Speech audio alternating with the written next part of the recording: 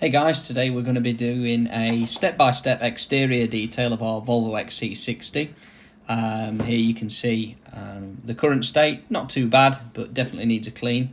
It's the first time I've got somebody else to actually video for me, so this could be comedy gold if the audio at any point doesn't match what's actually on the screen, but hopefully this is informative as well as humorous. So we're not doing a full decontamination or anything like that. We're just doing a basic exterior clean. So for something like this, if you were doing this professionally, you'd probably be looking at charging £35 or so, something like that. So yeah, as you can see, this is the current condition, mainly dust, bit of grime, but we'll see how we get on. So we're going to use a variety of products. I'll try and talk through them as we're using them.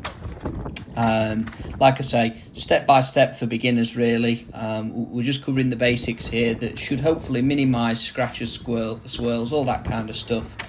And what we're going to do is we'll start with the wheels. So the first thing that you want to do is fill up your wheel bucket with soap and get the water agitated, and then we're going to spray the wheel cleaner. On this occasion we're using Yum wheels, and you're going to want to let that dwell for a little bit of time, probably a few minutes. It's not too warm today, so in the meantime I'm using our fender brush to do the inside of the wheel arch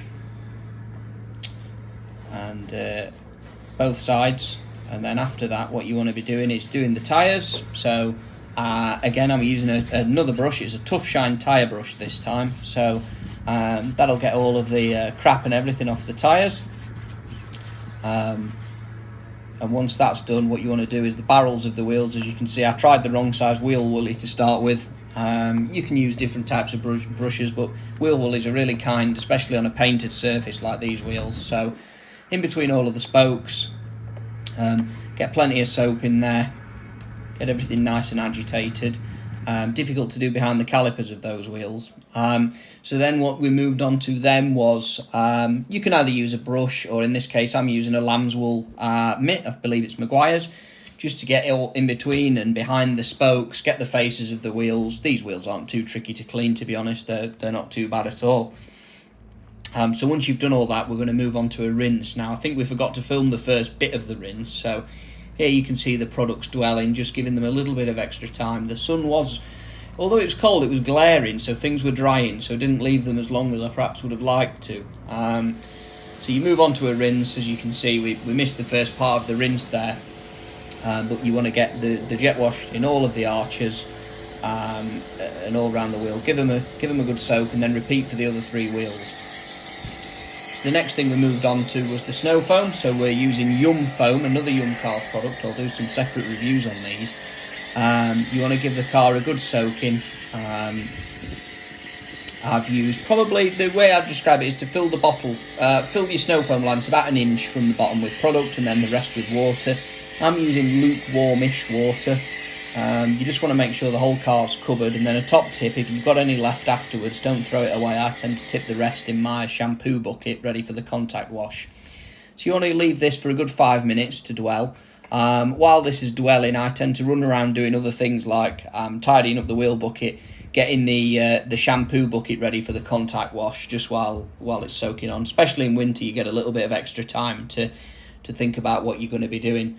It's one of the most important steps really, the snow foam, because as you'll see, when it's rinsed off, you will remove a large proportion of what was stuck to the paint, so you're minimising the risk of scratches and swirls. So as I say, while that's dwelling, you want to get your shampoo bucket and your rinse bucket filled up. To remember which way round they are, I remember wash right for the right hand bucket and then rinse buckets on the left.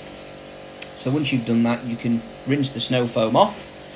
And as you'll see afterwards, like I say, the car's already a lot cleaner just from a rinse with the jet wash after the snow foam.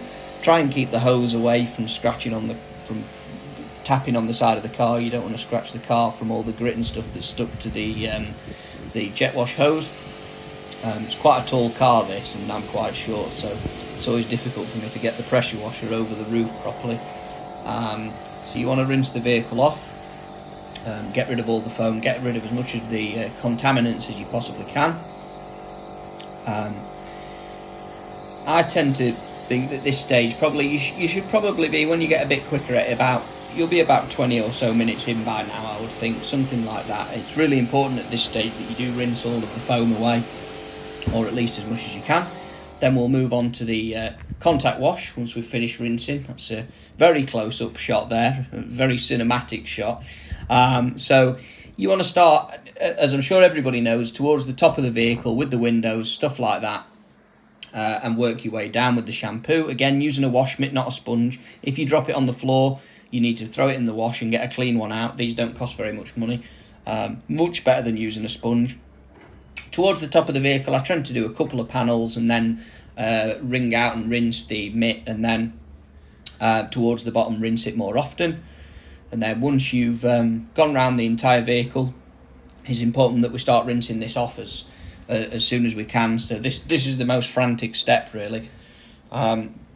So just doing towards the bottom of the vehicle. I think some of the videos are out of sequence, so we may move from the bottom back to the door handle in a second, but I can assure you that we've worked top down. So you want to try and go in straight lines where you can, just to minimise the risk of any swirls. Try not to put too much pressure on, you're just using the weight of the mitt, and then we're ready to rinse. So final rinse time. You'll probably be about half an hour in by now, I would think, something like that. This car wasn't too bad to begin with. So we've not done any other type of decontamination today, no clay bar, anything like that. Didn't really need it. So once we've done the final rinse, we're just going to do a quick detail spray that should give us a month or so of protection. Again, try and rinse all of the shampoo and everything from all of the crevices and the cracks. You don't want water drops after. One of the things I'm going to invest in next is a blower to blow air around all of the door shuts and the mirrors and things, so that you don't get water drops after you drive the car. So give it a good rinse. As I say, try and get all of the shampoo and everything from under the mirrors, from everywhere you can, around the wheels, in the arches again, especially on black wheels like this, where you get horrendous water drops if you allow things to dry. As you can see, this car's got a reasonable layer of protection already. You can see the water's beading off quite nicely and sheeting. That always makes washing a car a lot easier. The snow foam and the water and everything just glides along the paint much easier. So we'll just be topping up the protection with a spray. As you can see, as I say, the beading's already not too bad, even though this car's not been washed for a while. It's gone pretty smoothly so far. So I think we've just got a bit carried away with the cinematic shots of the post rinse, so we'll just let these go through for a second, and then we'll start the final sealant. If you do like this video, please do like the video and subscribe to the channel for more stuff that we've got coming up soon. We are actually trading this car in on Friday. We're getting a new vehicle, so this was its final goodbye wash, unfortunately. So the final thing that we're going to move on to, as I say, is the quick detailer. We're going to use P&S Bead Maker. I've done a separate review video of that before, because you can also use it as a drying agent. So you're laying down protection, albeit probably only a couple of months or so, but you're laying down protection whilst drying the vehicle. And with this product, what you'll find is once you've got it on, it doesn't smear, and it actually gets shinier as you leave it. So if you came back in a few hours, weirdly, the car's actually shinier than when you finished cleaning it. This car could have done probably with a machine polish, just to get rid of a couple of the other swirls and stuff. I did do it a few years ago, but it's probably ready again in places. But to be honest, like I say, we're trading it in, so it'll look good enough. I mean, the dealer said we didn't even have to do it. They said they didn't care, but for my own peace of mind, I thought it's good to give it a final clean. So yeah, I'd definitely recommend Bead Maker as a detailing spray drying agent.